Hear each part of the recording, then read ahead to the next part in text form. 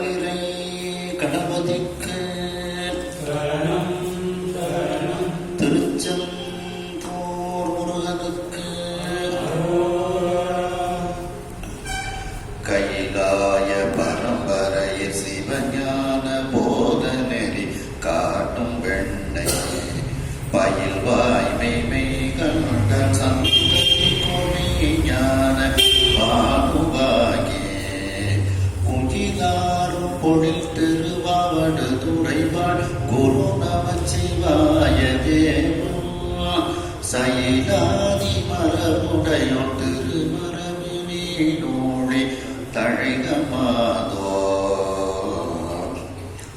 திருவாவடுதுறை ஆதீன ஸ்ரீல ஸ்ரீ குருமஹாசன்னிதானம் அவர்கள் பொன்னார் திருவடிகளை வணங்கியும், தர்மபுராதீன ஸ்ரீல ஸ்ரீ குருமஹாசன்னிதானம் அவர்கள் பொன்னார் திருவடிகளை வணங்கியும், தர்மபுராதீன ஸ்ரீமத் மீனாட்சி சுந்தரத்தம் பிரான் சுவாமிகள் பொன்னார் திருவடிகளை வணங்கியும் இந்த திருவிளையாடல் சிந்தனையை சிறப்பாக நடத்தி கொண்டிருக்கக்கூடிய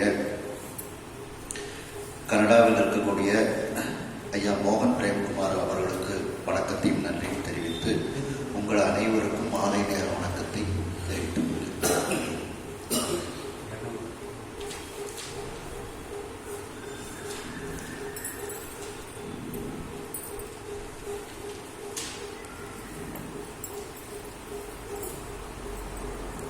திருவிளையாடல் புராணத்தில் 4வது புராணத்தில் இருக்கின்றோம். கடாதகை பிராட்டியார் எவ்வாறு அரசாட்சி செய்து வருகின்றார் என்பதை பற்றி சிந்தித்துக் கொண்டிருக்கின்றோம். அந்த பாண்டி மண்டலத்தில் செல்வமும் கல்வியும் செழித்து ஓங்குமாறு அம்பிகை வளர்த்து வருகின்றாள். செல்வத்தையும் கல்வியையும் தன் இரு கண்களாக பாவித்து அதை வளர்த்து வருகின்றாள் என்ற அளவில் நாம் சிந்தித்தோம். 577வது பாடல். ஒப்பு ஒரு முதல் ஈது இல்லா ஒருத்தி தன் சக்தி பெற்ற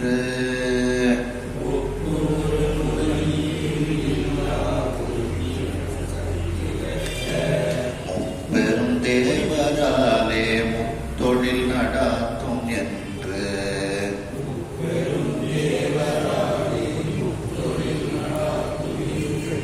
செப்பதும் புகழன்று என்னில் தென்னவன் கண்ணியாகி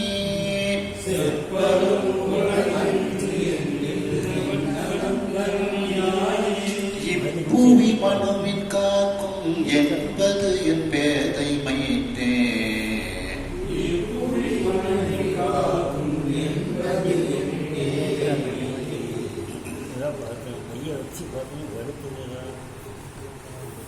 அம்பிகை தனக்கு ஒப்பில்லாத ஒருத்தியாக இருக்கின்றார்.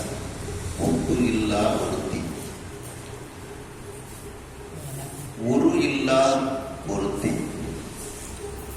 அருவமாக இருக்கக்கூடியவள், அருவமாக அனுபவமாக உருவமாக இதையெல்லாம் கடந்தும் இருக்கக்கூடியவள். முதல் ஈறு இல்லா ஒருத்தி, ஆதியும் அந்தமும் இல்லாத ஒருத்தியாக இருக்கின்றாள்னு ஒரு அர்த்தம் எடுத்துக்கிடலாம். இன்னொரு இதுல இந்த நூல்ல முதல் அப்படிங்கிறதுக்கு தன்னை தோற்றுவித்தவர், ஏறு தன்னை அழிப்பவர், இவையெல்லாம் அருட்சக்திக்கு இவரை எங்க அப்படின்ட்டு. அப்போ அருட்சக்தியை தோற்றுவித்தவர் அழிப்பவர் இல்லாத ஒருத்தி. சுவாமியும் அவ்வாறு பிரிக்க முடியாத ஒன்று. அப்படிப்பட்ட அந்த சிவசக்தியாக இருக்கக்கூடியவள், அவளுடைய ஒரு சக்தியாக இருக்கக்கூடிய மகேசை, அந்த மகேசை அவளிடத்திலிருந்து வந்த அந்த முப்பெரும் தேவர்கள் திருமால், பிரமன், உருத்திரன், இந்த 3 தேவர்கள். இதை சிவஞான சக்தியாக நீங்க பார்க்கலாம். அந்த மூலம் கொண்டு இது எப்படின்னு பார்த்துவிடலாம். அப்படி அந்த முப்பெரும் தேவராலே அந்த திருமால், பிரம்மன், உருத்திரன் என்கின்ற அவர்களால் முத்தொழில் நடாத்தும், அவர்களை கொண்டு படைத்தல், காத்தல், அழித்தல் என்கின்ற தொழிலை அம்பிகை செய்கின்றாள் என்று செப்பலும் என்று சொல்வதே அவளுக்கு புகழன்று. அதாவது இவர்கள் இல்லாமலேயே அம்பிகையினால் எல்லாம் செய்ய முடியும். ஆனாலும் அவரவர்களுக்கு அந்த ஒரு வேலையை கொடுத்து செய்விக்கின்றாள். அவர்களுக்கு உள்ளே இருந்து அவர்களை இயக்குகின்றாள் அம்பிகை. இது இவ்வாறு அவர்கள் அம்பிகை இவர்களை கொண்டு முத்தொழிலை நடத்துகின்றாள் என்று சொல்வது புகழல்ல. அப்படின்னு சொல்லும்போது இந்த மீனாட்சி அம்மை இந்த பூமியை காக்கின்றாள் அப்படிங்கிறது, அதுவும் மனு தர்மத்தின்படி காக்கின்றாள் என்று நான் சொல்லிட்டேனே, இது என்னுடைய அறியாமை அல்லவா?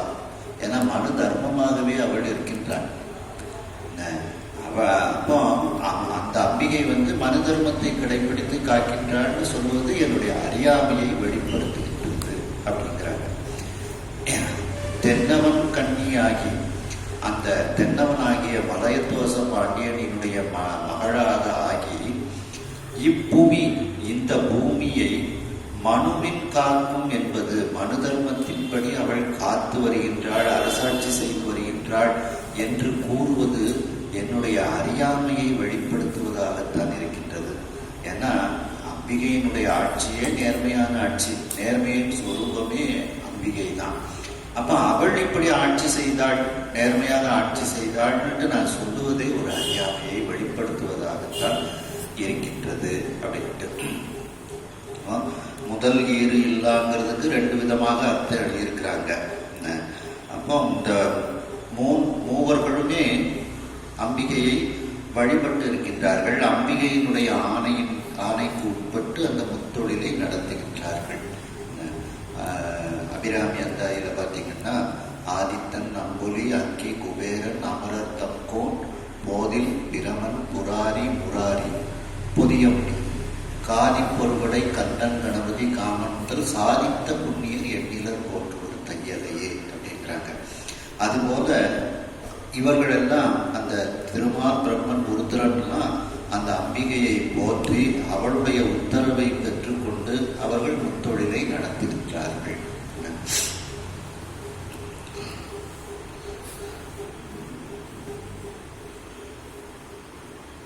அடுத்த பாடல். வரைசை போன் முலை தடாதகை மடவரல் பிராட்டி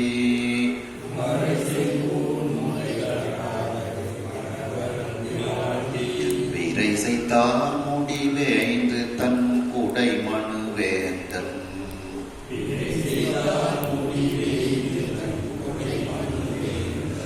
கரைசை நூல் வழி கோல் செல கண்ணியா பருவத்து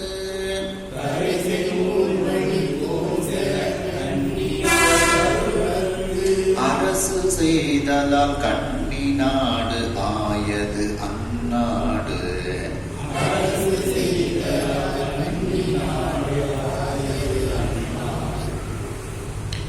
மலை போன்று இருக்கக்கூடிய அழகிய ஆபரணங்களை அணிந்திருக்கக்கூடிய மார்பகங்களை உடைய அந்த தடாதகை பிராட்டி, அந்த அம்பிகை மடப்பம் என்கின்ற குணத்தை உடைய பெண்ணாக, மடவரல் அப்படிங்கிறதுக்கு மடப்பம் பெண்ணுன்னுட்டு 2 அர்த்தம் இருக்கு.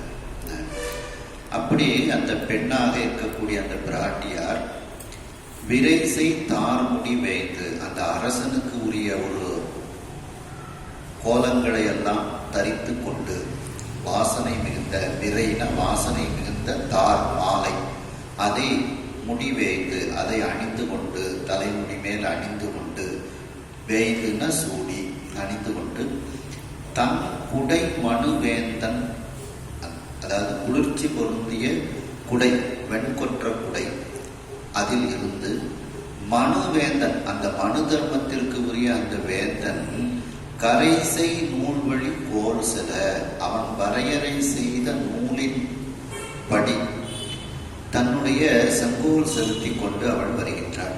அதாவது அந்த மனு தர்மத்துல என்ன என்ன தர்மங்கள் இதெல்லாம் சொல்லி இருக்கின்றதோ அதை அடிப்படையாக கொண்டு அம்பிகை அந்த பரிபாலனம், ராஜ்ய பரிபாலனம் செய்து கொண்டு வருகின்றார். தன்னுடைய செங்கோல் செலுத்தி வருகின்றார்.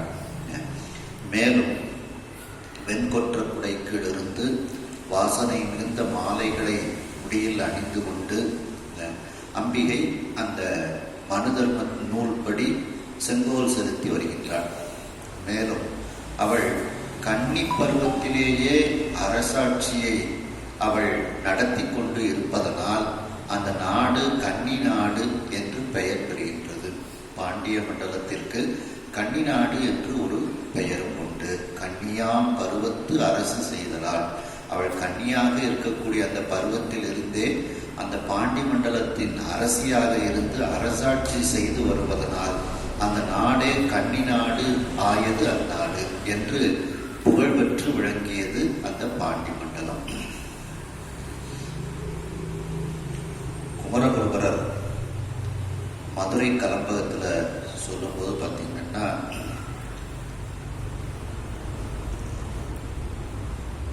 அந்த கன்னியை இறைவன் மணந்ததனால் அந்த நாடு கன்னி நாடு என்று ஆகியதுன்னு குமரகுருபரர் சொல்றாங்க. இன்னியம் துவைப்ப சங்கம் ஏங்கிட செடியர் ஈன்ற கன்னியை மணந்தே அன்றோ கன்னி நாடு எய்தப் பெற்றார். மின் இவன முயக்கும் பெற்றார் வெறுக்கை மற்ற இதன் மேலுண்டோ பொன்னியல் குமரி மாட கூடலம் பதியுளார்க்கே. வாத்தியங்கள் முழங்க, சங்கங்கள் முழங்க, அந்த செழியர் பாண்டிய மன்னர் ஈன்ற அந்த கன்னியை மணந்ததனால் இந்த கன்னி நாடையே தன்னுடைய நாடாக அடைந்து கொண்டாராம் சொக்கநாத பெருமான். இப்படிப்பட்ட ஒரு செல்வச் செழிப்பு வேற யாருக்கும் கிடைக்குமா அப்படிங்கிற மாதிரி இதுல கேள்வி கேட்கிறாங்க. அப்படி அந்த குமரி மாட கூடலம் பதியுளார்க்கே, அந்த கூடல் பதியில் இருக்கக்கூடிய சொக்கநாத பெருமானுக்கு அந்த தடாதகை பிராட்டியாரும் மனைவியாக கிடைக்கின்றார். அவரை வைத்து அந்த நாடே அவருக்கு சொந்தமாக ஆகிவிடுகிறது அப்படிங்கிறாங்க. இன்னவாறு உமை அவதரித்து இருந்தனள் என்ன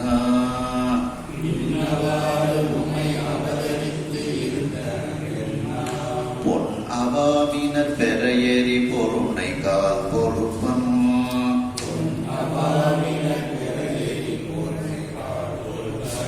சொன்ன வாயினை கேட்டு அகங்களி தூங்கினர் தொழுது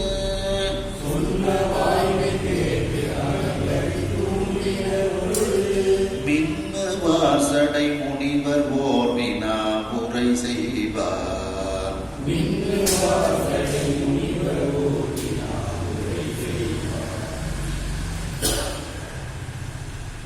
இவ்வாறு இன்னவாறு மேற்கூறியவாறு அந்த தடாதகை பிராட்டியார் என்கின்ற உமாதேவியார் அவதாரம் செய்து இருந்தனள் என்று அகத்திய முனிவர் எல்லா முனிவர்களிடத்திலும் எடுத்து கூறுகின்றார். அந்த அகத்திய முனிவர் எங்கு இருக்கக்கூடியவர்? தங்கத்தோடு கலந்து வரக்கூடிய, தங்கத்தை கலந்து எடுத்து வரக்கூடிய பொருணை நதி பாயக்கூடிய பொதிய மலையில் இருக்கக்கூடியவர் அகத்தியர். பொன் அபாவினர் பெற எரி, பொன்னை விரும்பியவர்கள் பெருமாறு அந்த தாமிரபரணி ஆற்றில் செம்பும் தங்கமும் கலந்து வருகிறது. எரி அந்த தங்கத்தை கலந்து வரக்கூடிய நீராக இருக்கக்கூடிய பொருணை, அந்த பொருணை கால் அப்படின்னா பாய்ந்து ஓடுமாறு இருக்கக்கூடிய, பொருணை நதி பாய்ந்து ஓடுமாறு இருக்கக்கூடிய பொறுப்புன்னா மலை, அந்த பொதிய மலையில் இருக்கக்கூடிய அகத்தியர் அப்படிங்கிறாங்க. அதாவது தாமிரபரணியில செம்பும் தங்கமும் கலந்து வருகிறது அப்படின்ட்டு இதுல சொல்றாங்க. அப்படி பொன்னவாவினர் பெற, அந்த பொன்னை பெற தாமிரபரணி நதியில இதெல்லாம் கலந்து வருகின்றதாம். எரி பொருணை கால் பொறுப்பன், அந்த பொதியமலையில் வீற்றிருக்கக்கூடிய அகத்திய முனிவர் இப்படி அந்த தடாதகை பிராட்டியார் அவதாரம் செய்து அரசாட்சி செய்து கொண்டு இருக்கின்றாள் என்று சொன்ன வாய்மை கேட்டு அந்த தனக்கு எதிரில் இருக்கக்கூடிய முனிவர்களிடத்திலெல்லாம் இவ்வாறு சொன்ன அந்த உண்மைத்தன்மையை கேட்டு மற்ற முனிவர்கள் எல்லாம் அகம் களி தூங்கினர். அப்படியே உள்ளம் மகிழ்ச்சி அடைந்தது. நாகம் களி தூங்கினர்னா அவர்களுடைய உள்ளம் மிகவும் மகிழ்ச்சி அடைந்தது. பொழுது அவர்கள் எல்லோரும் அகத்திய முனிவரை வணங்குகிறார்கள். வணங்கி கொண்டு மின்னு வார்சடை முனிவர், மின்னலை போன்று ஒளி பொருந்தி இருக்கக்கூடிய வார் அப்படின்னா நீண்ட சடையை உடைய மற்ற முனிவர்கள் எல்லோரும் சேர்ந்து ஓர் வினா உரை செய்வார். ஒரு கேள்வியை இப்பொழுது அகத்தியரிடத்தில் கேட்கின்றார்கள். ஒரு வினா உரை செய்வார். ஒரு கேள்வியை இப்பொழுது அகத்திய முனிவரிடத்தில் அவர்கள் கேட்கின்றார்கள். அதாவது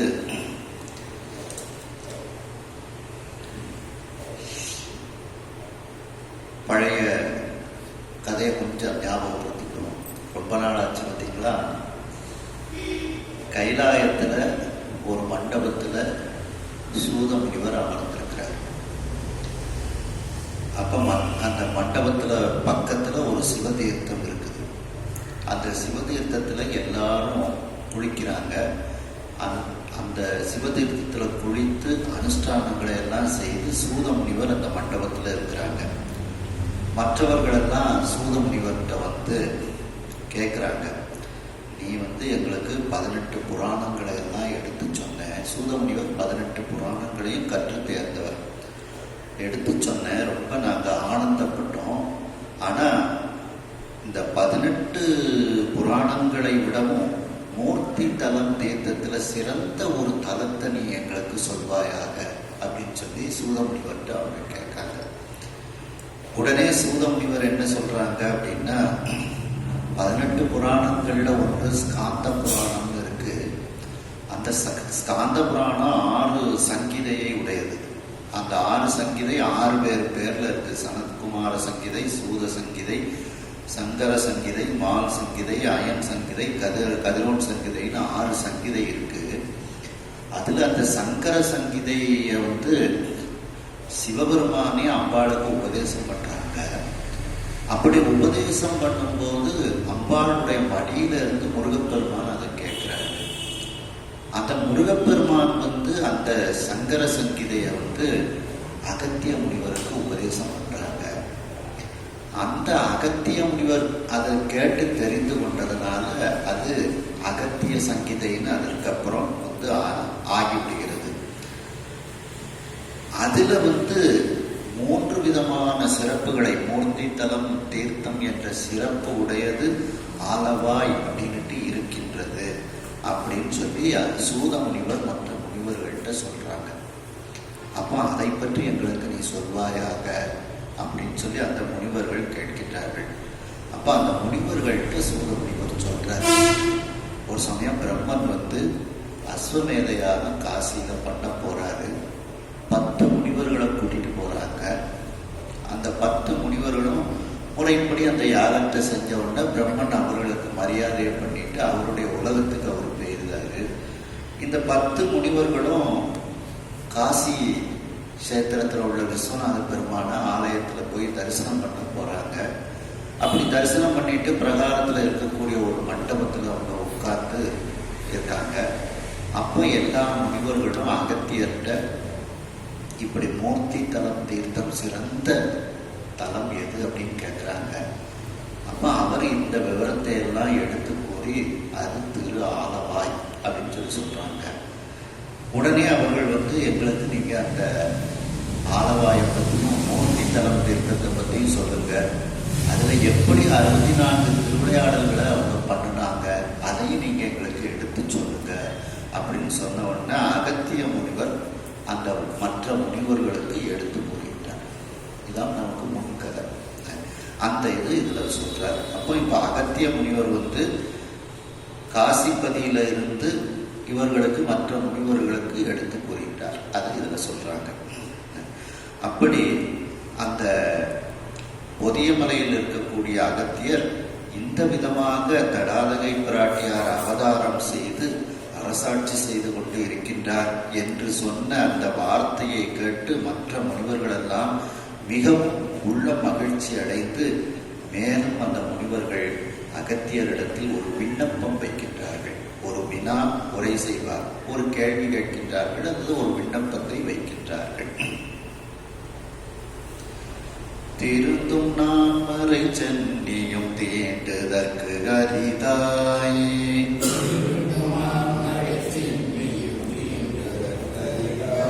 இருந்த நாயகியாவையும் இன்றைய பிராட்டி,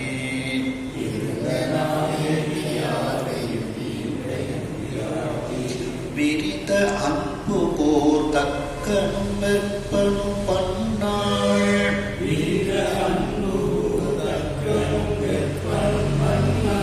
வருந்தி நோற்றதால் அவர்க்கு ஓர் மதலையாய் வந்தாள்.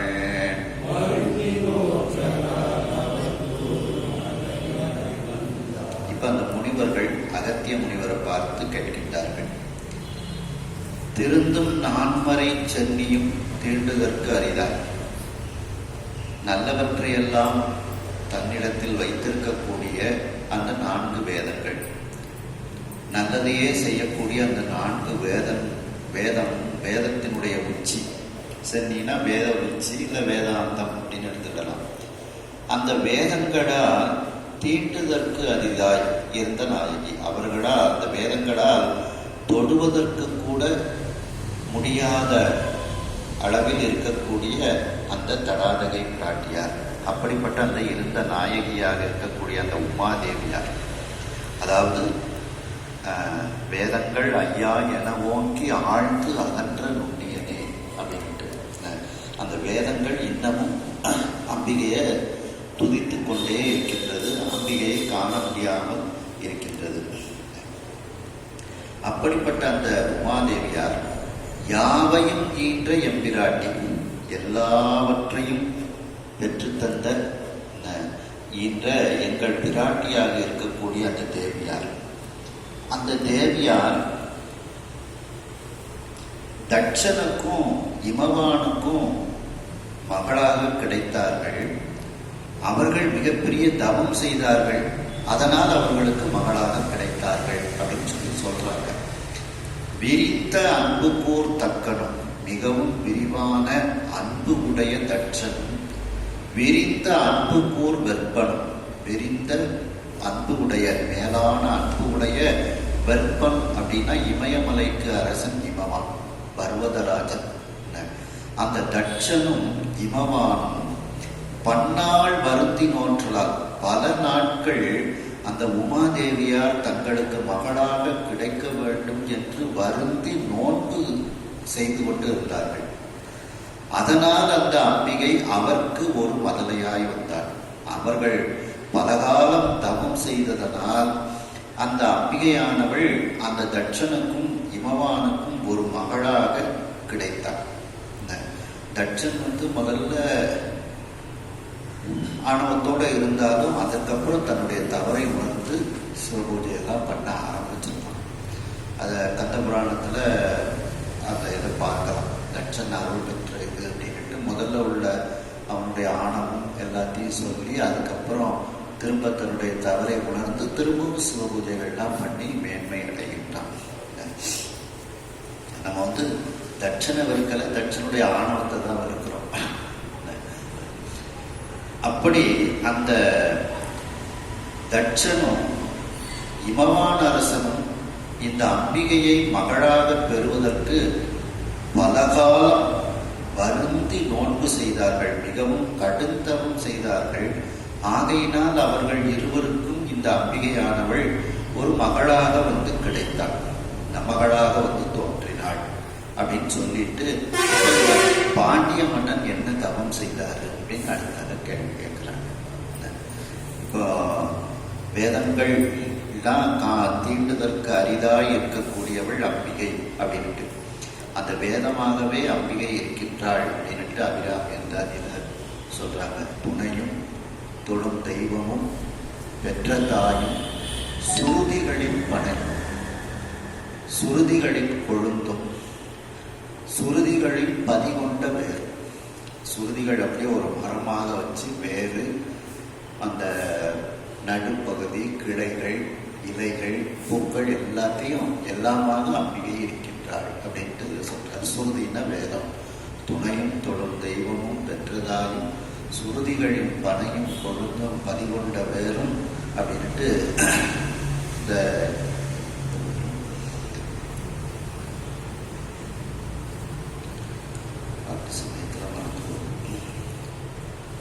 பனிமலர் பூங்கணையும் கரும்பு வில்லும்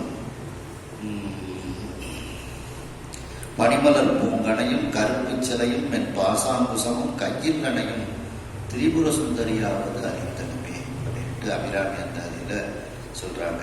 அப்படி அந்த வேதமாக இருக்கக்கூடியவள், அந்த வேதங்களால் தீண்டுதற்கு அரிதாக இருக்கக்கூடியவள் அந்த அம்பிகையானவள். அந்த இமவான் மிகப்பெரிய பாக்கியம் பெற்றவன்.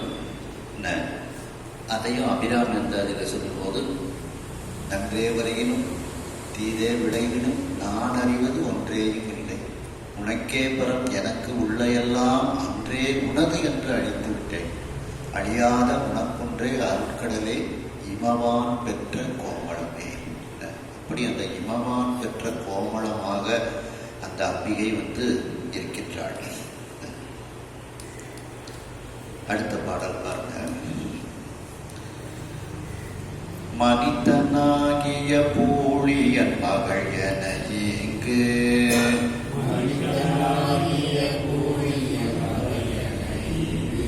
தனித்த காரணம் யாது என தமனிய பொதுவில்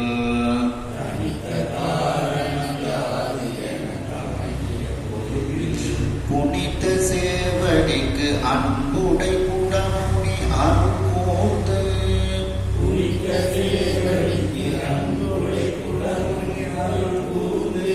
இனித்தது ஓர் கதை கேள்வின் என்று எடுத்து உரை செய்வார்.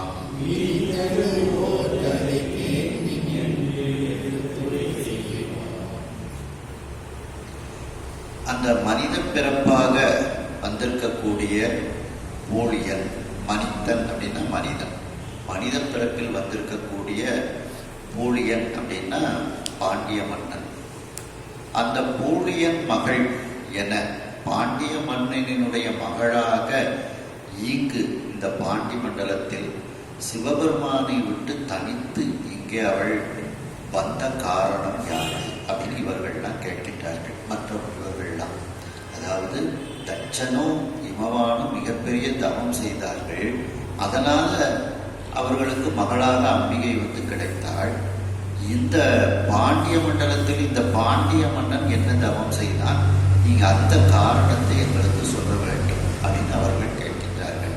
காரணம் யாது என அப்படின்னு அந்த மற்ற முனிவர்கள் எல்லோரும் 10 முனிவர்கள், அதில் 9 முனிவர்கள் கேட்கின்றார்கள் அகத்திய முனிவரிடத்தில். உடனே அகத்திய முனிவர் மிகவும் சந்தோஷத்தோடு அதற்கு பதில் கூறுகின்றார். அந்த அகத்திய முனிவர் எப்படிப்பட்டவர் என்று தெரியுமா? பொன்னம்பலத்தில் இருக்கக்கூடிய அந்த நடனமாடும் திருவடிக்கு மிகவும் அன்பு உடையவர் அகத்திய முனிவர். தமணிய பொதுவில், தமணியம்னா பொன், பொதுவில்னா அம்பலம்.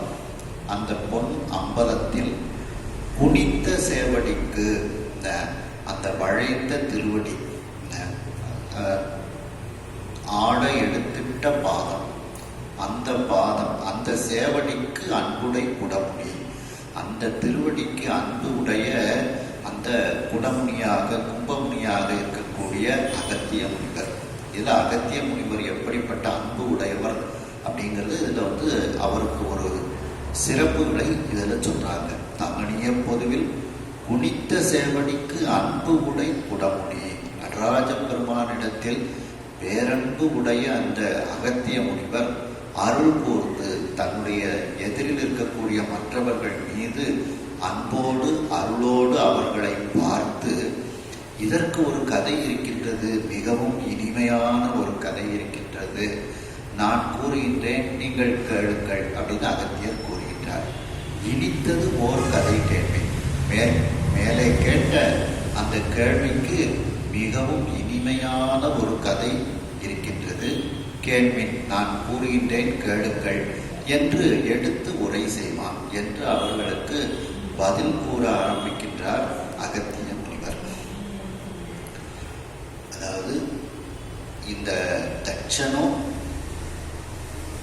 இமவானும் மிகப்பெரிய தவம் செய்தார்கள், அம்பிகை மகளாக கிடைத்தார். இந்த பாண்டியன் என்ன தவம் செய்தான், அவனுக்கு எப்படி அம்பிகை மகளாக கிடைத்தாள் என்ற வரலாற்றை நீங்கள் எங்களுக்கு எடுத்துச் சொல்வீர்களாக என்று மற்ற முனிவர்கள் அகத்திய முனிவரிடத்தில் கேட்டவுடன் அகத்திய முனிவர் அந்த வரலாறை நான் உங்களுக்கு கூறுகின்றேன் என்று மகிழ்ச்சியோடு எடுத்து கூற ஆரம்பிக்கின்றார். மனிதன் அப்படின்னா மனிதன் அப்படின்னு அர்த்தம். இதுல திருநாவுக்கர சுவாமிகள் இந்த மனிதன் அப்படிங்கிற வார்த்தையை கையாளுதாங்க. புனித்த புருவமுங்கிற பதியத்துல புனித்த புருவமும் கொவ்வை செவ்வாயும் குமிழ்சிரிப்பும் பனித்த சடையும் கவளம் போல் மேனியில் பால் வண்டியிலும் இனித்த முடைய எடுத்த பொற்பாதமும் காணப்பெற்றால் மனித பிறவையும் வேண்டுவதே இந்த மாநிலத்தே அப்படிங்கிறதுக்கு 4ஆம் திருமுறையில இந்த பாட்டுக்கு அர்த்தம் பார்க்கும்போது இந்த பாட்டை மேற்கோள் கொடுத்துருக்காங்க. இதுல மனிதன்னுட்டு திருவிளையாடல் புராணத்துல எடுத்து கையாண்டிருக்காங்க. இன்னொரு இடத்துலையும் இதே 5வது திருவிளையாடல்லையும் ஒரு இடத்துல கையாண்டிருக்காங்க அப்படின்ட்டு இந்த உதாரணத்தை எடுத்து காமிச்சிருக்காங்க அர்த்தம் பார்க்கும்போது. அப்புறம் பூழியன் அப்படிங்கிறது பாண்டிய மன்னன்.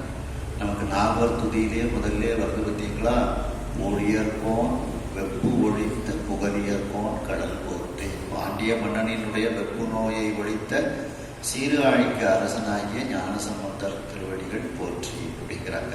ஊழியன். தமணிய பொதுன்னா பொன்னம்பலம். புனித்த சேவடி, ஆடை எடுத்திட்ட பாதம். சாடை எடுத்தது தக்கண்டன் வேள்வியில் சந்திரனை, வீடை எடுத்தது காலனை நாரணன் நாமுகன், தேடை எடுத்தது தில்லை உச்சிச்சம்பலத்து நட்டம் ஆட எடுத்திட்ட பாதமன்றோ. நட்டம் ஆட எடுத்திட்ட பாதமன்றோ நம்மை ஆட்கொண்டதே. அந்த நட்டம் ஆட எடுத்திட்ட பாதம் தான் இந்த புனித்த சேவடி. பொருவிடை ஒன்றுடை புண்ணியமூர்த்தி புரியதளம் உருவுடை அம்மலை மங்கை மணாளம் உலகுக்கெல்லாம் திருவுடை அந்தனர் வாழ்கின்ற தில்லை சிற்றம்பலத்து திருவடியை கண்கொண்டு மற்ற இனி காண்பது என்றே. அந்த திருவடி இதுல உண்மை விளக்கத்திலையும் அத நான்ற மலர்ப்பதத்தை நாடு. தோற்றம் துடியதனில் தோடும் தோயும் திரி அமைப்பில் சாற்றியிடும் அங்கியிலே சங்காரம் ஊன்ற மலர்ப்பதத்தில் குற்ற திரோதம் முக்தி நான்ற மலர்ப்பதத்தை நாடு. அந்த நான்ற மலர்ப்பதம் தான் இந்த புனித்த சேவடி அப்படிங்கிறாங்க. அப்படிப்பட்ட அந்த பொன்னம்பலத்தில் இருக்கக்கூடிய அந்த தூக்கிய திருவடிக்கு, அந்த புஞ்சித பாதத்திற்கு மிகவும் அன்பு உடைய அந்த அகத்திய மாமுனிவர், நடராஜ பெருமானிடத்தில் பேரன்பு உடைய அந்த அகத்திய முனிவர் மிகவும் மகிழ்ச்சியோடு அந்த தடாதகை பிராட்டி மதுரையில் மகளாக வந்த வரலாற்றை மற்ற முனிவர்களுக்கு எடுத்து கூற ஆரம்பிக்கின்றார். விச்சுவாவசியனும் ஒரு விச்சயன் பயந்த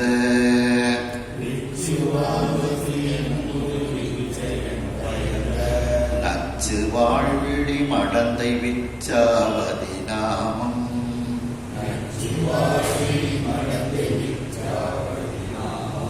அச்சுவாகத மொழியினாள் அம்பிகைக்கு அன்பு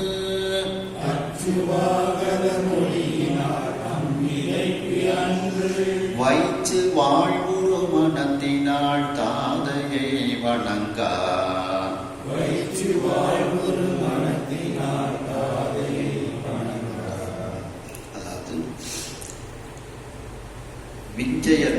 அப்படின்னுட்டு ஒரு பிரிவினர்.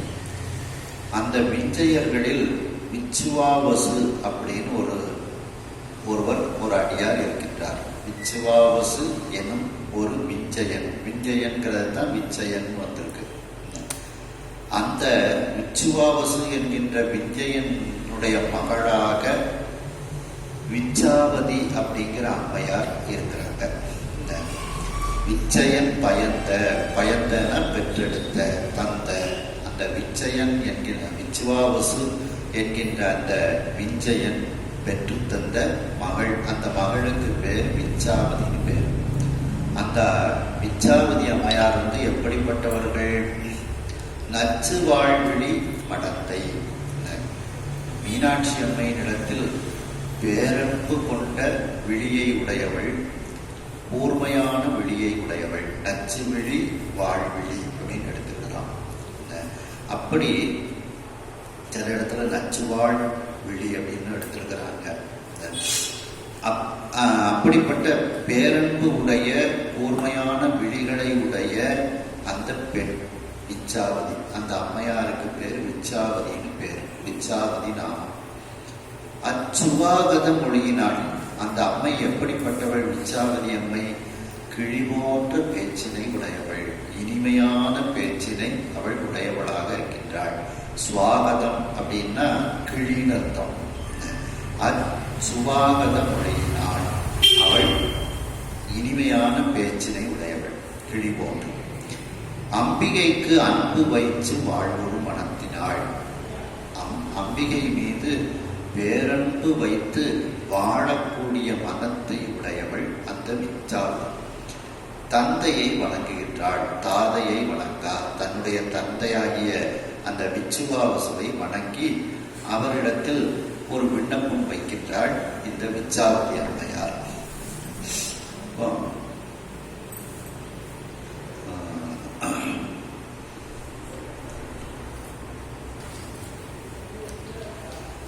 நச்சு வாழ்விழி அப்படிங்கிறதுக்கு, நச்சு அப்படிங்கிறதுக்கு விருப்பம் அப்படின்னு ஒரு பொருள் உண்டு. நச்சினார்க்கு இனியர் அப்படின்ட்டு வருகிறீங்களா? அதே மாதிரி இறைவனிடத்தில் வேண்டிக் கொண்டவர்களுக்கு மிகவும் இனியவர் அப்படிங்கிற பொருளும் வரும். நச்சுதல் அப்படின்னா வேண்டுதல் அப்படின்னு.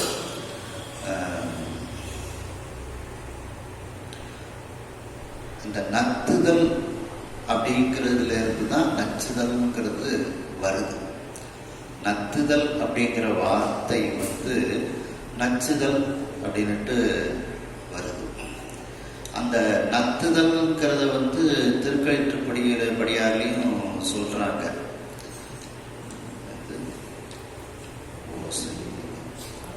அந்த வந்து ஒத்தான் நத்தால் மகிழ்ந்து அப்படின்னு ஒரு பாட்டுல வரும்.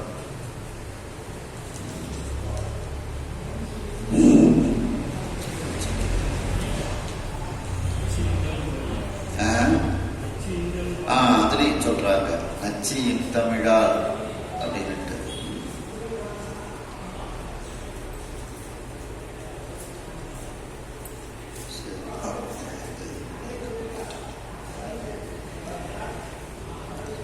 நச்சியின் தமிழால் அப்படின்னுட்டு ஞானசம்பந்தர் வரலாறுலையும் அந்த பொற்கிழி கொண்டு வந்து வைத்ததையும் சொல்லப்படுது.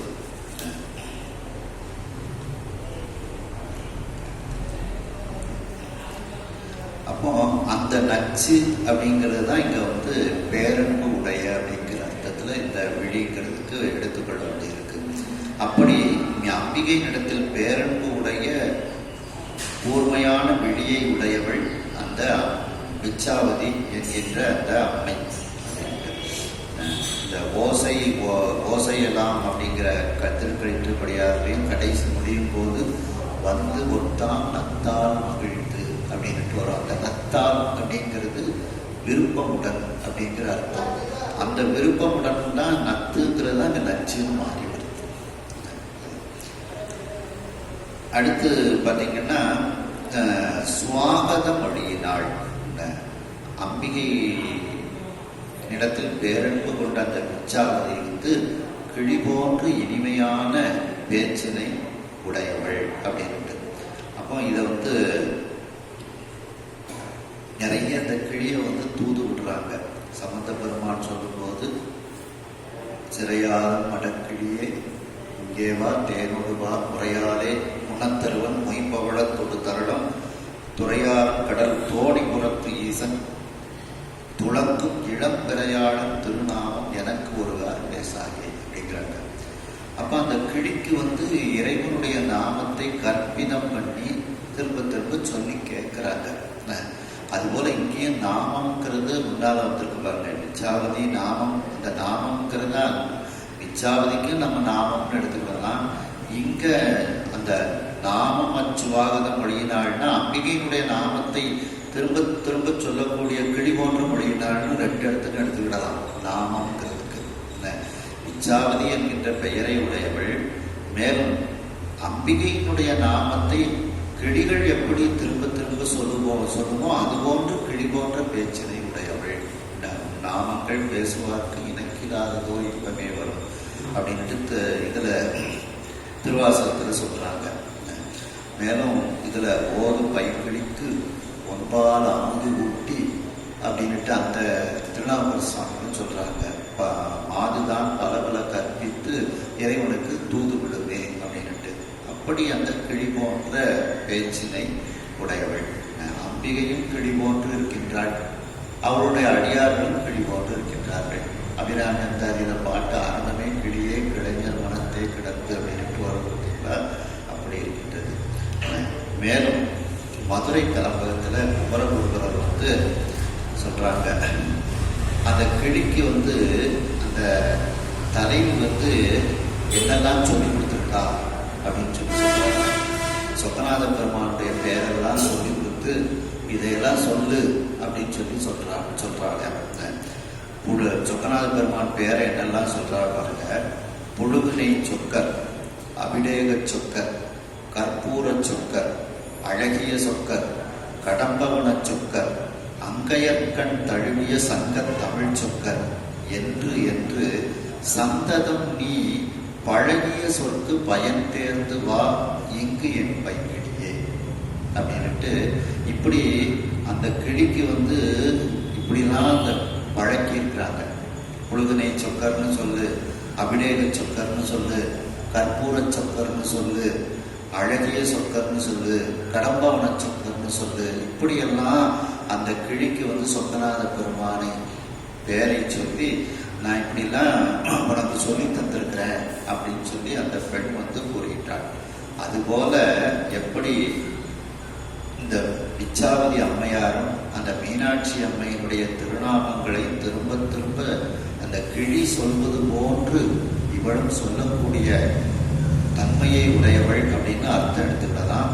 இனிமையான பேச்சை உடையவள்னு அர்த்தம் எடுத்துக்கிடலாம். அச்சுவாகத மொழியினால், சுவாகதம் அப்படின்னா கிளின்னு அர்த்தம். மேலும் அம்பிகையின் இடத்தில் அன்பு வைச்சு வாழ்வோர் மனத்தினாள். வைச்சு அப்படிங்கிறது நிறைய இடங்கள்ல கையாளுறாங்க. வைத்த அப்படிங்கிறதுதான் வைச்சு அப்படின்னு பேச்சு வழக்கில் வருது. திருவாசகத்திலையும் சொல்றாரு, மிச்சதின்றியே விளைவு செய்வாய் இன்னும் மன்னகம் முழுதும் யாவையும் வைச்சு வாங்குவாய். வஞ்சக பெருமுறையனேனை உன் கோயில் வாயிலில் பிச்சனாக்கினாய், பெரிய அன்பருக்கு உரியனாக்கினாய், தாம்பளத்ததோ பச்சு மாமரம் ஆயினும் கொலார் நானும் மஞ்சனே உடையநாதனே அப்படின்ட்டு 4ஆம் திருமுறையில திருநாவுக்கர சுவாமிகளும் சொல்றாங்க, வைச்ச பொருள் நமக்கு ஆகும் என்று எண்ணி நமச்சிவாய அப்படின்ட்டு அதுலேயும் சொல்றாங்க. அதனால அம்பிகை நிலத்தில் மிகவும் அன்பு வைத்து வாழக்கூடிய ஒரு மனத்தை உடையவள் இந்த பிச்சாவதி என்கின்ற அம்பிகை. அதாவது அந்த விச்வாவசு என்கின்ற விஞ்சயன் பெற்ற மகளாகிய பிச்சாவதி என்கின்ற அம்பிகை, பிச்சாவதி என்கின்ற அந்த அம்மையார் அம்பிகையின் இடத்தில் மிகவும் பேரன்பு கொண்டு வாழக்கூடியவள். தன்னுடைய தந்தையை வணங்கி கேட்கின்றார்.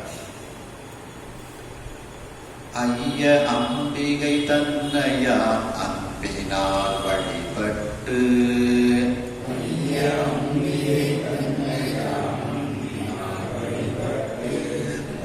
உய்ய வேண்டும் என்றாள் அவன் உலகு எல்லாம் பயந்த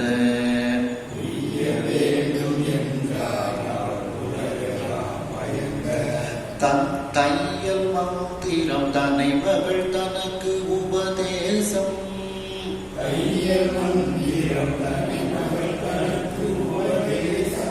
செய்ய அந்நெறி ஒழுகுவாள் செப்புவாள் இன்னும்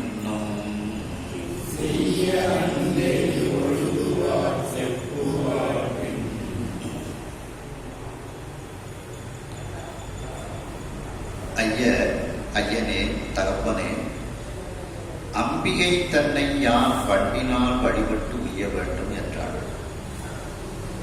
அம்பிகையை, அந்த உமாதேவியாரை நான் அன்போடு வழிபட்டு உய்வினை அடைய வேண்டும் அப்படின்னு தகப்பனாரிடத்தில் அந்த விச்சாவதி என்கின்ற அந்த அம்மையார் கேட்கின்றார்கள்.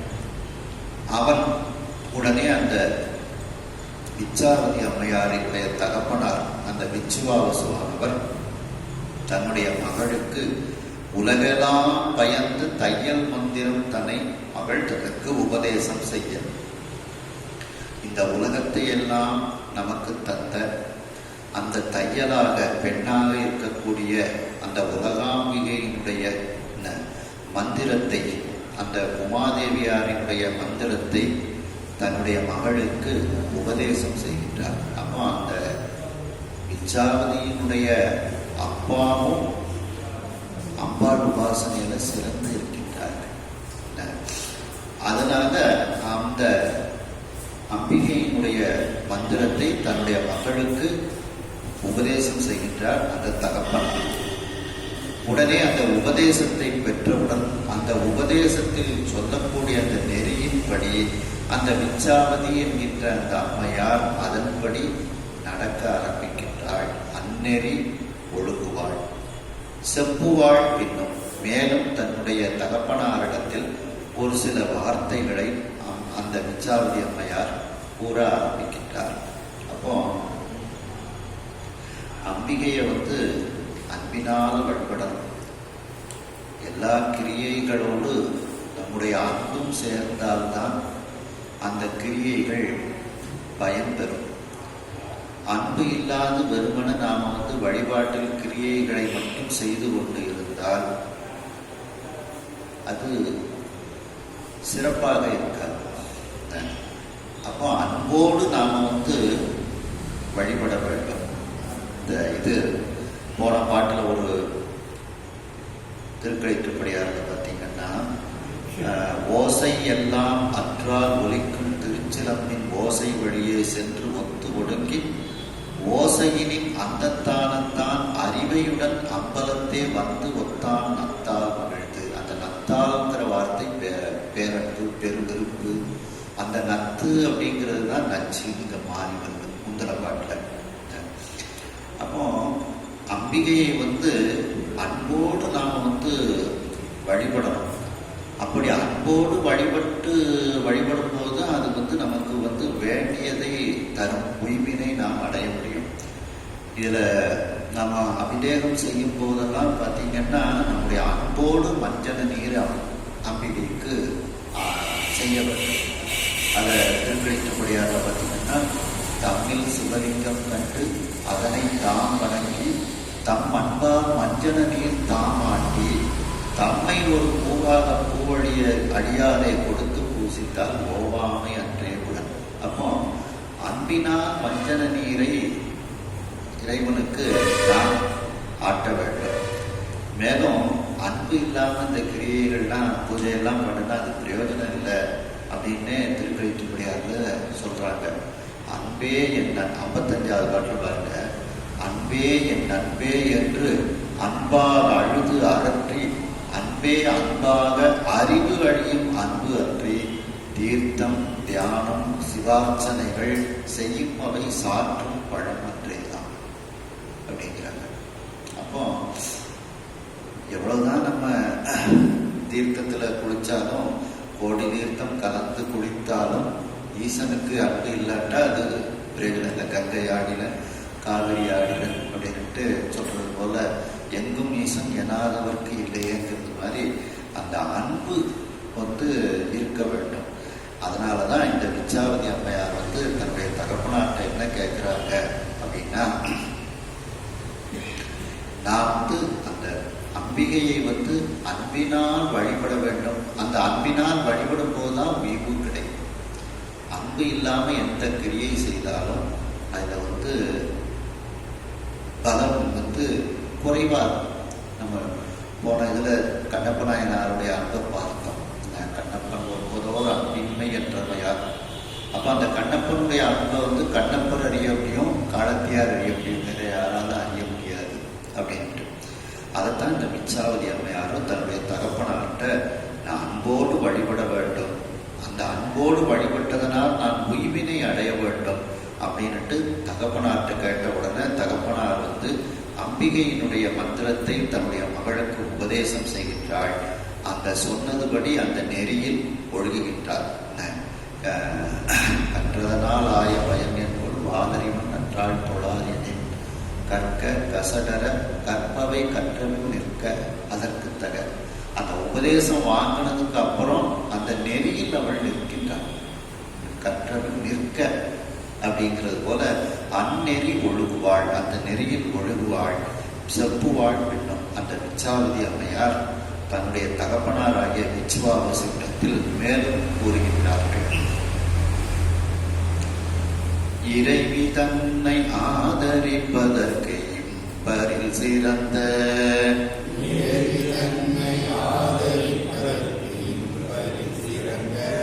குறைவில் நன்னகர் யாது என கூறுவான்.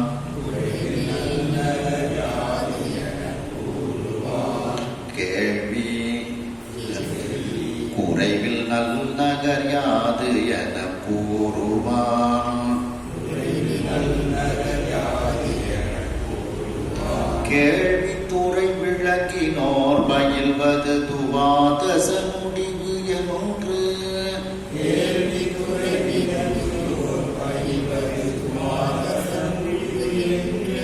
அரைவழம்பதி அவனி மேல் சிவபுரம் ஆமால்.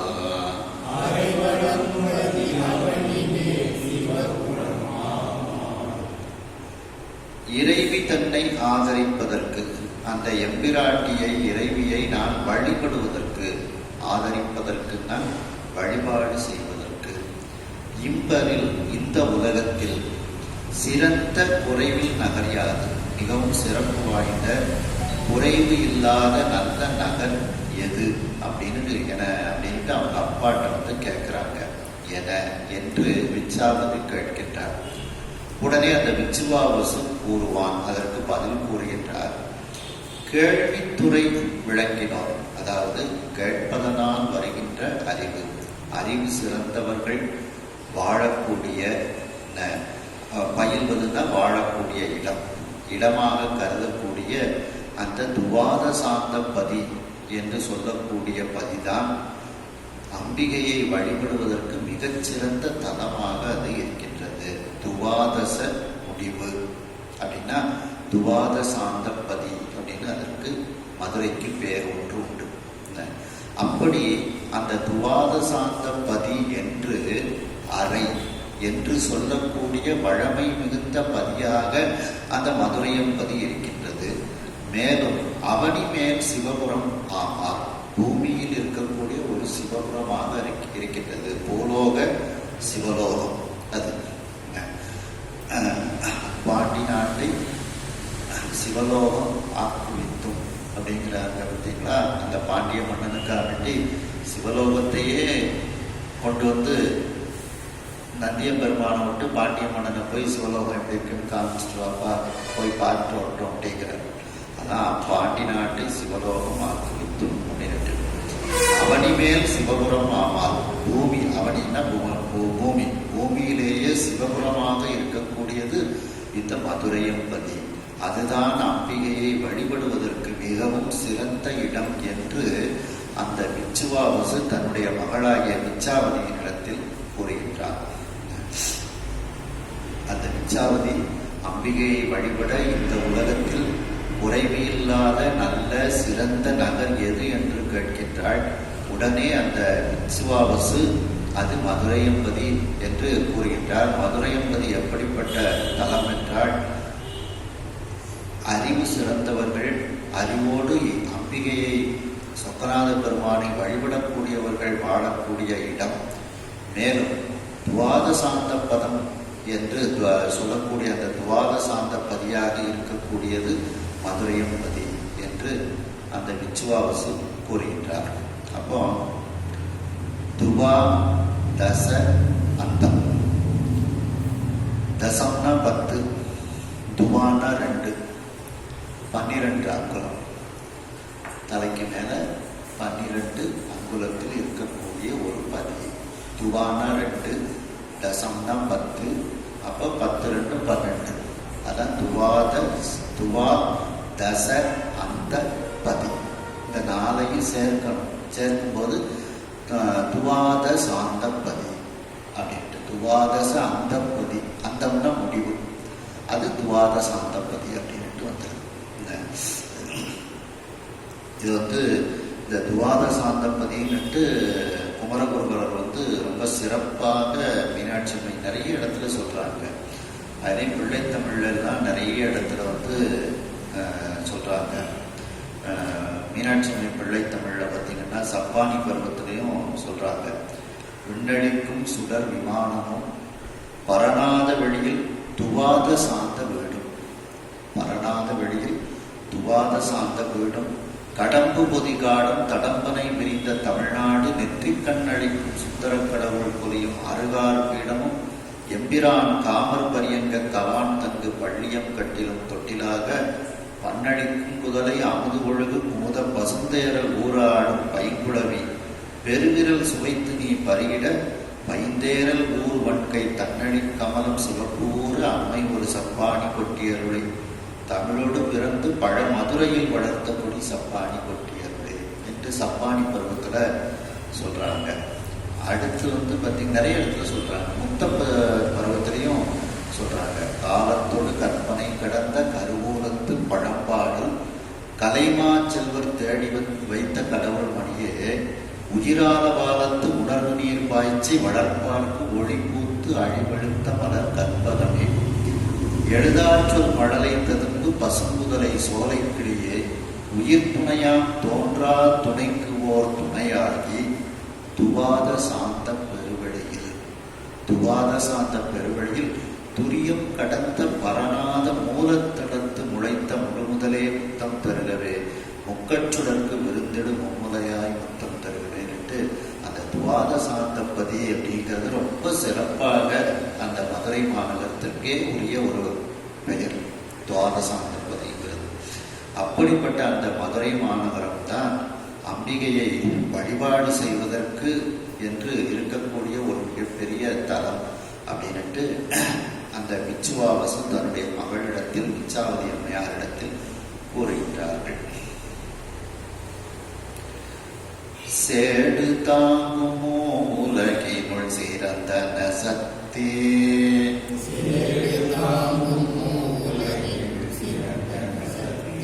பீடமோ 24 அவற்றில் முற்பீடம்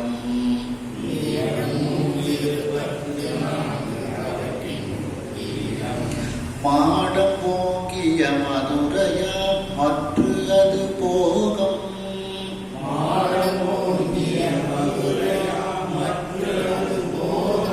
வீடும் வேண்டிய சித்தியும் விளைப்பது என்று என்ன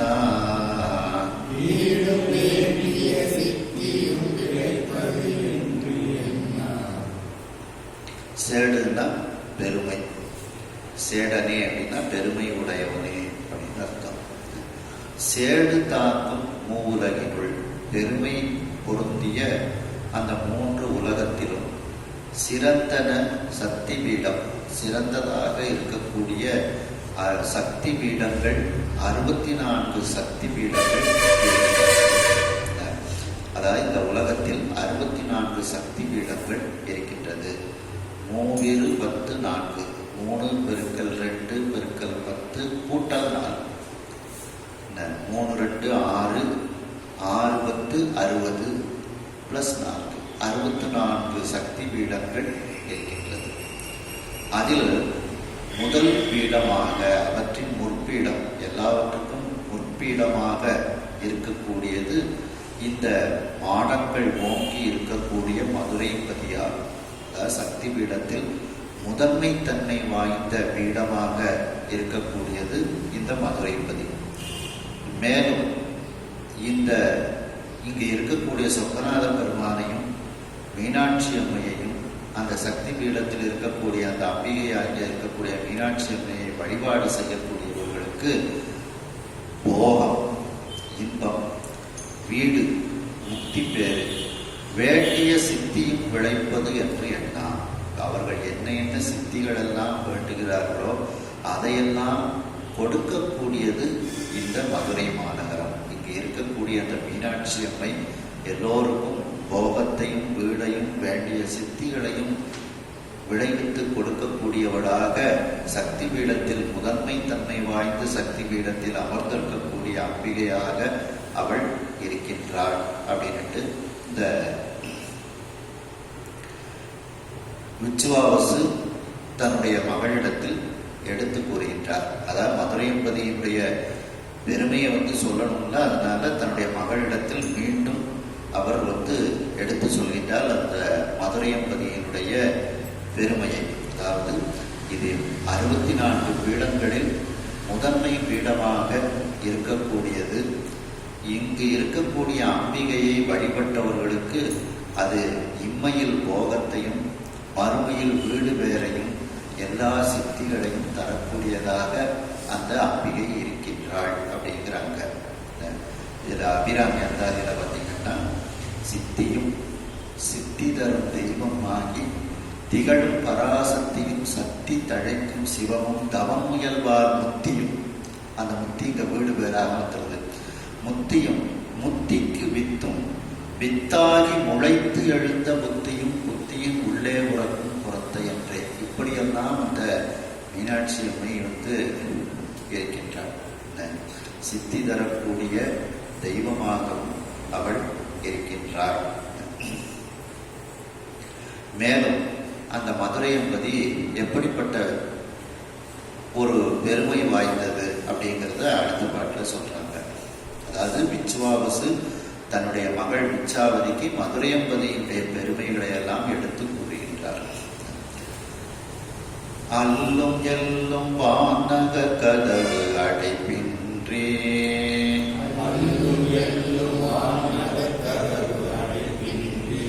சுவர்க்க செல்வர் அங்கு அடைந்து உமையருள் சித்தியால் வினையை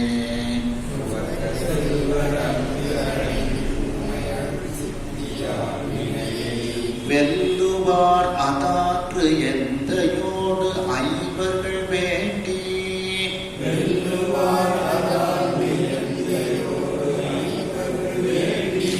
நல்வரம்பல அடைந்தனர் நமர்கள் அந்நகரில்.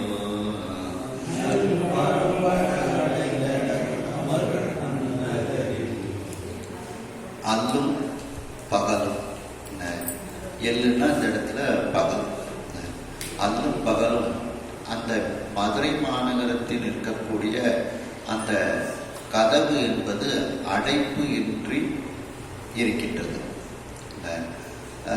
மதுரைக்கே இன்னொரு பேர் சொல்லுவாங்க தூங்கா நகரம் அப்படின்ட்டு. அன்னையிலேருந்து இன்னைக்கு வரைக்கும் அந்த நகரத்துக்கு தூங்கா நகரம்னு ஒரு பேர் இருந்துகிட்டே இருக்குது. அந்த மதுரை மாநகரத்தினுடைய வான்நகர் கதவு, மேலான நகரமாக இருக்கக்கூடிய அந்த ஆலவாய், அந்த நகரத்தினுடைய கதவு அடைப்பு இல்லாமல் அது இருக்கின்றது. அதாவது மதுரை மாநகரத்தினுடைய கதவு இரவும் பகலும் அடைப்பு என்பதே கிடையாது இருக்கின்றது. அப்படின்னா எப்போதும் அங்க கடைகள், இறைவனை வணங்கக்கூடியது, இதெல்லாம் தொடர்ந்து நடந்து கொண்டே இருக்கின்றது. ஆகையினால் மேலும் அந்த ஆலயத்தினுடைய கதவுகளும் அடைப்பு இல்லாமல் அப்படியே இருக்கின்றதுக்கும் ஒரு அர்த்தம் எடுத்துக்கிடலாம். ஆகையினால் சுவர்க்க செல்வர் அங்கு அடைந்து, அந்த சொர்க்கலோகத்தில் இருக்கக்கூடியவர்கள், தேவர்கள், இந்திரன், இவர்கள் எல்லாம் இந்த மதுரை மாநகரத்திற்கு சென்று அங்கு அடைந்து உமை அருள் சித்தியால் அந்த தடாதகை பிராட்டி அருளக்கூடிய அந்த சித்தியால் வினையை வெல்லுவார்கள். தாங்கள் செய்த கொடிய வினைகளை எல்லாம் அவர்கள் வென்று வினை நீக்கம் அவர்கள் பெறுகின்றார்கள். அதாவது நம்ம முதல்ல பார்க்கிறோம் இந்திரன் வழிபட்ட வரலாறு, அந்த இந்திரனுடைய யானை வழிபட்ட வரலாறு, இதெல்லாம் நம்ம பார்த்தோம். அப்ப சுவர்க்க செல்வர்னா சொர்க்க லோகத்தில் இருக்கக்கூடியது. இந்திரன் வந்துட்டா இந்திரனுக்கு பின்னால எல்லா தேவர்களும் தான் வந்துருவாங்க. சுவர்க்க செல்வர்னா தேவர்கள், இந்திரன் உள்ளிட்ட அனைத்து தேவர்கள். இவர்கள் எல்லோரும் அந்த மீனாட்சி அம்மை ஆலயத்தினுடைய கதவு அப்படியே எப்போதும் திறந்தே இருப்பதனால் எல்லோரும் வந்து வழிபாடு செய்து கொண்டு செல்கின்றார்கள். அங்கு இரவு பகல் என்பது கிடையாது.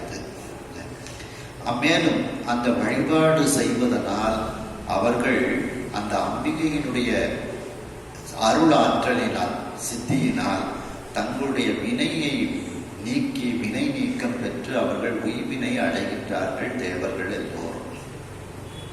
அதாவது எந்தையோடு ஐவர்கள் வேண்டி நல்வரம் பல அடைந்தனர் நமர்கள் அந்நகரில். மேலும் அவர்கள் மீனாட்சி அம்மையையும் எந்தையோடு சேர்த்து வழிபாடு செய்கின்றார்கள். அதாவது சொக்கநாத பெருமானையும் மீனாட்சி அம்மையையும் அவர்கள் வழிபாடு செய்கின்றார்கள். அப்படி வழிபாடு செய்தவர்கள் நம்முடைய விஞ்சையர் குலத்திலேயே ஒரு 5 பேர்கள் அந்த சொக்கநாதரையும் மீனாட்சியையும் வழிபாடு செய்து நல்ல வரங்கள் பல வரங்களை எல்லாம் அவர்கள் அடைந்தார்கள்.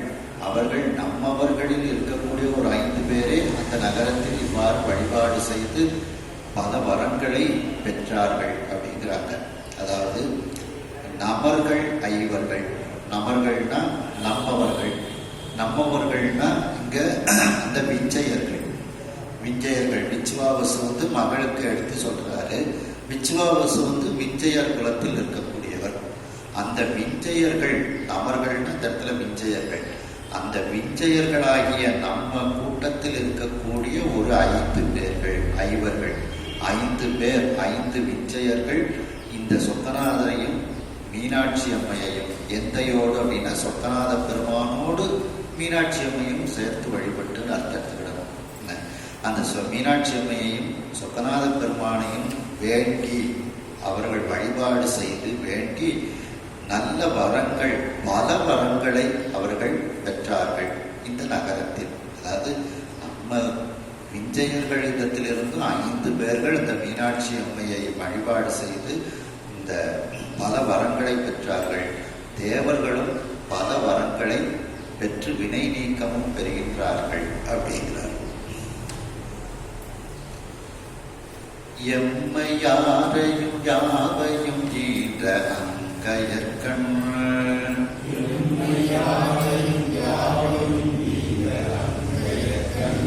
அம்மையாவரே ஆயினும் அன்பின் ஆதரிப்போர்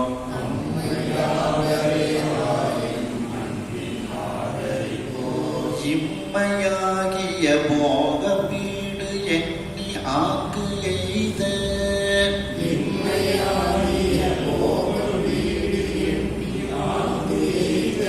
செம்மையாகிய இன்னருள் செய்து வீற்றிருக்கும்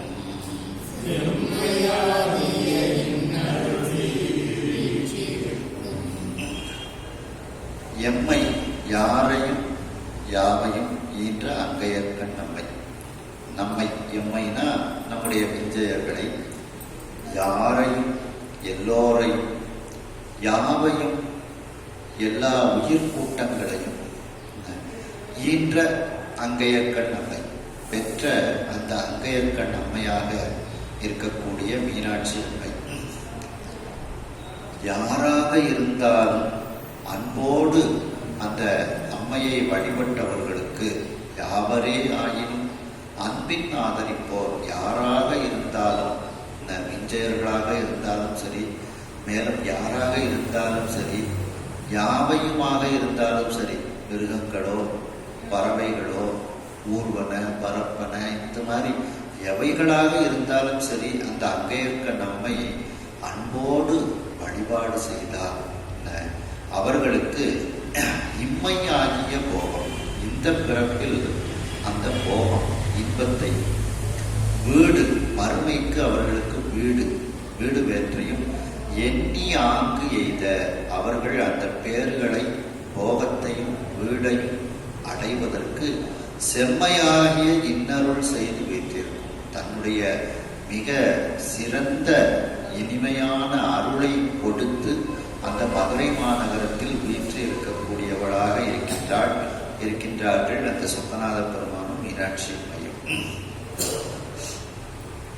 இப்போ எல்லாம், அதாவது தேவர்கள் வழிபடுகின்றார்கள், மனிதர்கள் வழிபடுகின்றார்கள், மற்ற பிராணிகளும் வழிபாடு செய்கின்றது. நம்ம வெள்ளை யானை பார்த்தோம், இன்னும் பின்னால சில மிருகங்கள் பறவைகள்லாம் வழிபாடு நிறைய செஞ்சிருக்கு.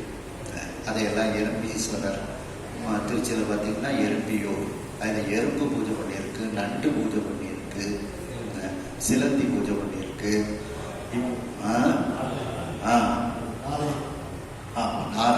நாரை இதெல்லாம் நமக்கு பின்னால வருது பாருங்க. அப்படி அதான் யாவையும் அப்படிங்கிறதுல அந்த இது அவைகள் அனைத்தும் வந்துடும். யாவையும்ங்கிறதுல அனைத்தும் வந்துடும். இவற்றையெல்லாம் ஈன்ற அந்த அங்கையர் கண்ணம்மை அப்படின்னு இப்படி யாராக இருந்தாலும், அது உயர்ந்தனையாக இருந்தாலும் சரி, அக்ரிணையாக இருந்தாலும் சரி, அவைகளெல்லாம் மீனாட்சி அம்மையை அன்போடு வழிபட்டால் அவர்களுக்கு இம்மை மறுமை இன்பங்களை அம்பிகை கொடுக்கின்றாள். அருள் செய்யக்கூடியவளாக அந்த மீனாட்சி அம்மை அந்த மதுரை மாநகரத்தில் வீற்று இருக்கின்றாள் அப்படின்ட்டு இதில் சுந்தரமூர்த்தி சுவாமிகள் சொல்லும்போது பார்த்தீங்கன்னா, தம்மையே புகழ்ந்து இச்சை பேசினும் சார்பினும் தொண்டர் தருகிறா பொய்மையாளரை பாடாதே எந்தை புகழூர் பாடலில் புறவேற்றார். இம்மையே தரும் சோறும் கூறையும் ஏத்தலாம் இடர் கிடருமாம் அம்மையே சிவலோகம் வாழ்வதற்கு யாரும் அஞ்சுறவு இல்லையே. அந்த இம்மையே தரும் சோறும் கூறையும் தான் இம்மையாகிய போகம். அம்மையே சிவலோகம் வாழ்வதற்கு அதான் வீடு பேர். அப்படி அந்த இம்மைக்கும் மறுமைக்கும் இதுல சம்பந்த பெருமானு சொல்லும்போது பார்த்தீங்கன்னா, மாதோர் பூரணி வதக்கிழி மருவிய மருத்தினை வயற்காழி நாகர் பேரியன் ஞான சம்பந்தன்வாய் நவிய தமிழ் மாலை ஆதரித்து இசை கற்று வல்லார் சொல்ல கேட்டு உகந்தவர் தம்மை வாதியாவினை மறுமைக்கும் இம்மைக்கும் வருத்தம் வந்து அடையாவே அப்படிங்கிறது மாதிரி இம்மைக்கும் மறுமைக்கும் எது எது நமக்கு தேவையோ அதையெல்லாம் கொடுக்கக்கூடியவளாக இந்த அம்மையானவள் இருக்கின்றாள். திருப்புகழ்லையும் வசனமிக வேற்றி பழனி திருப்புகழ சொல்லும்போது இகபர சௌபாக்கியம் அருள்வாயே அப்படின்ட்டு கேட்கிறார் பார்த்தீங்களா. அதுபோல இம்மையாகிய போகம், மறுமையாகிய அந்த வீடு, இதையெல்லாம் அவள் கொடுக்கக்கூடியவளாக, அருள் செய்யக்கூடியவளாக அந்த மதுரை மாநகரத்தில் அவள் வீற்றிருக்கின்றாள். என்ற தாதையை இறைஞ்சினாள் அஞ்சை கொண்டு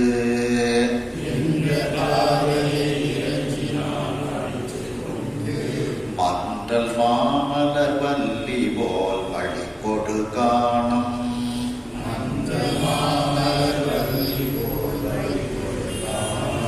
குன்றம் ஆறு பின் கிடப்பம் குறுகினாள் அன்பின்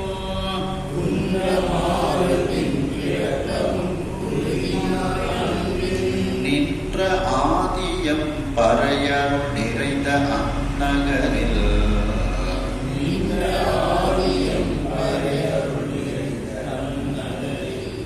என்ற தாதையை, இப்படியெல்லாம் அந்த துவாதசாந்த பதியாக இருக்கக்கூடிய மதுரை மாநகரத்தை பற்றி எடுத்து சொன்ன, அந்த மீனாட்சி அம்மையை பற்றியெல்லாம் எடுத்து சொன்ன அந்த விச்சுவாவசு என்கின்ற தன்னுடைய தந்தையை இறைஞ்சினாள், வணங்குகின்றாள் அந்த விச்சாவதி என்கின்ற அம்மையார். அனுச்சை கொண்டு நான் மதுரை மாநகரத்துக்கு போறேன், மதுரையில் போய் மீனாட்சி அம்மையை வழிபாடு செய்கிறேன் அப்படின்னு தகப்பனாரிடத்தில் ஒரு வேண்டுதல் வைக்கின்றார்கள் அந்த அம்மையார் விச்சாவதி. அனுச்சை கொண்டு, வேண்டுகின்றார்கள். என்ன வேண்டுதல்? நான் மதுரைக்கு போய் மீனாட்சி அம்மையை தரிசனம் பண்ணி அங்கேயே இருந்து நான் விரதங்கள் மேற்கொண்டு அம்பிகையுடைய அருளை பெற இருக்கின்றேன் அப்படிங்கிற ஒரு விண்ணப்பத்தை வைக்கின்றார்கள். அவருடைய தகப்பனாரும் அதற்கு இசைவு கொடுக்கின்றார்கள். அனுச்சை கொண்டுன்னா இசைவு அப்படின்னு அர்த்தம். அனுச்சைனா இசைவு. நம்ம அணுஞை அப்படின்னு சொல்றோம் பார்த்தீங்களா, அந்த அணுஞை தான் தமிழ்ல அனுச்சை அப்படின்னு வந்திருக்கு. அனுஞைங்கிற வடமொழி சொன்னா அதனுடைய திரிவு தான் அனுச்சை அப்படின்ட்டு. அதாவது உத்தரவு வாங்குதல் அப்படின்னு தமிழ்ல சொல்லுவோம். இந்த அனுஞை வாங்கணும் அப்படின்னு சொல்லி பூஜையில சொல்லுவாங்க பார்த்தீங்களா. பிள்ளையார்கிட்ட போய் முதல்ல அனுஞை வாங்கிக்கிடுவோம் அப்படின்னு சொல்லி பிள்ளையாருக்கு பூஜை பண்ணா போவாங்க. ரெண்டாவது ஒரு கும்பாபிஷேகத்துல பாலாலயம் பண்ணி வச்சிருப்பாங்க. அந்த பாலாலயம் பண்ணி வச்சிருக்க மூர்த்திகிட்ட போய் நம்ம அனுஞை வாங்கிட்டு வருவோம். அப்படின்னா நாங்கள் கும்பாபிஷேகம் பண்ண போறோம், நீங்க எனக்கு உத்தரவு கொடு அப்படின்னு சொல்லி அந்த மங்களமான 2 தேங்காய்களை வச்சு தர்ப்பப்புள்ளையும் வச்சு அந்த சுவாமிகிட்ட உத்தரவு வாங்கிட்டு வருவாங்க. இந்த இசைவு நீ சம்மதம் கொடு அப்படின்ட்டு. அதே மாதிரி இந்த விச்சாவதியும் நான் மதுரைக்கு போறேன், மீனாட்சி அம்மை அங்கே இருந்து அங்க வழிபாடு செஞ்சு அம்மையினுடைய அருளை பெறுகின்றேன்னு தன்னுடைய தகப்பனார்கிட்ட சொல்லுகின்றாள். உடனே தகப்பனாரும் சரி அப்படின்ட்டு இசைவு கொடுக்கின்றார்கள். ஏன்னா மகள் அல்லவா, இன்னும் கல்யாணம் ஆகலை, அதனால தகப்பனாரிடத்தில் இசைவு பெற்றுக் கொள்கின்றாள்.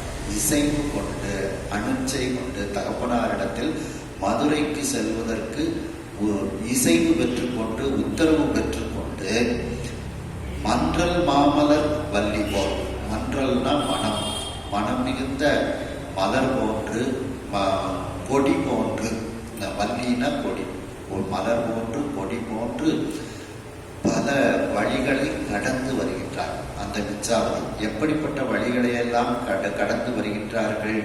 காடு, காணம், குன்றம், மலை, ஆறு, பின் கிடப்ப, இதெல்லாம் பின்னால போக முன்புறியினார். அப்படின்னா அப்படியே இவைகளெல்லாம் கடந்து போகின்றது, பின்னோக்கி செல்கின்றது. இவள் முன்னோக்கி வருகின்றாள், மதுரை மாநகரத்தை முன்னோக்கி வருகின்றாள். அதாவது பல வழிகளை கடந்து அந்த வழியில் காடுகள், மலைகள், ஆறுகள் இவற்றையெல்லாம் கடந்து மதுரை மாநகரத்திற்கு முன்பு உருகினாள், வந்து சேர்ந்தாள் அந்த விச்சாவதி என்கின்ற அந்த அம்மையார். அன்பின் நின்ற ஆதியம் பறை அருள் நிறைந்த அந்நகரில் அன்போடு நிற்கக்கூடிய, ஆதியாக இருக்கக்கூடிய, எங்கள் பராபரையாக இருக்கக்கூடிய, பராசக்தியாக இருக்கக்கூடிய, அருள் நிறைந்த அந்த மீனாட்சி அம்மை இருக்கக்கூடிய அந்த நகரமாக இருக்கக்கூடிய அந்த மதுரை மாநகரத்திற்கு குறுகினாள், அடைந்தாள். அப்படிப்பட்ட ஒரு மீனாட்சி அம்மையினுடைய மிகப்பெரிய அருள் வீழ்ச்சி இருக்கக்கூடிய நகரமாக அங்கு இருக்கின்றது. மேலும் அடியார்கள் உள்ளத்தில், அன்பு மிகுந்த அடியார்கள் உள்ளத்தில் அம்பிகை அருள் நிறைந்து இருக்கின்றாள். அப்படிப்பட்ட அந்த மீனாட்சி அம்மை அருள் நிறைந்த அந்நகரில் மதுரை மாநகரத்தில் இருக்கக்கூடியவர்கள் மீனாட்சி அம்மையினிடத்தில் அன்பு மிகுந்தவர்களாக இருக்கின்றார்கள். அவர்கள் அன்பு மிகுந்ததனால் அவர்களிடத்தில் அம்பிகையினுடைய அருள் நிறைந்து இருக்கின்றது. அப்படிப்பட்ட அருள் நிறைந்த மக்கள் இருக்கக்கூடிய அந்த நகரமாக இருக்கக்கூடிய அந்த மதுரை அம்பதிக்கு வந்து சேர்ந்தாள், குறுகினாள் அப்படின்னா வந்து சேர்ந்தாள் அந்த விச்சாவதி அம்மையார். இப்படி மதுரையில் இருக்கக்கூடியவர்கள் அனைவரும் மீனாட்சி அம்மையினுடைய அன்பு மக்களாக இருக்கின்றார்கள். அவர்கள் நிறைந்து இருக்கக்கூடிய அந்த மதுரை மாநகரத்திற்கு இந்த விச்சாவதி அம்மையார் மலை, காடு, ஆறுகளெல்லாம் கடந்து வந்து சேர்ந்து விடுகின்றார்கள் என்று இந்த அளவில் இந்த சிந்தனையை நிறைவு செய்து மீண்டும் அடுத்த சிந்தனையில் நாம் இதை தொடருவோம். கையிலாய பரம்பரையில் சிவஞான போத நெறி காட்டும் வெண்ணை பயில் வாய்மை மெய்கண்டாம் சந்ததி கோர்மை ஞான பானுபாகே உயிலாரும் பொழில் திருவாவடு துறைவாள் குரு நம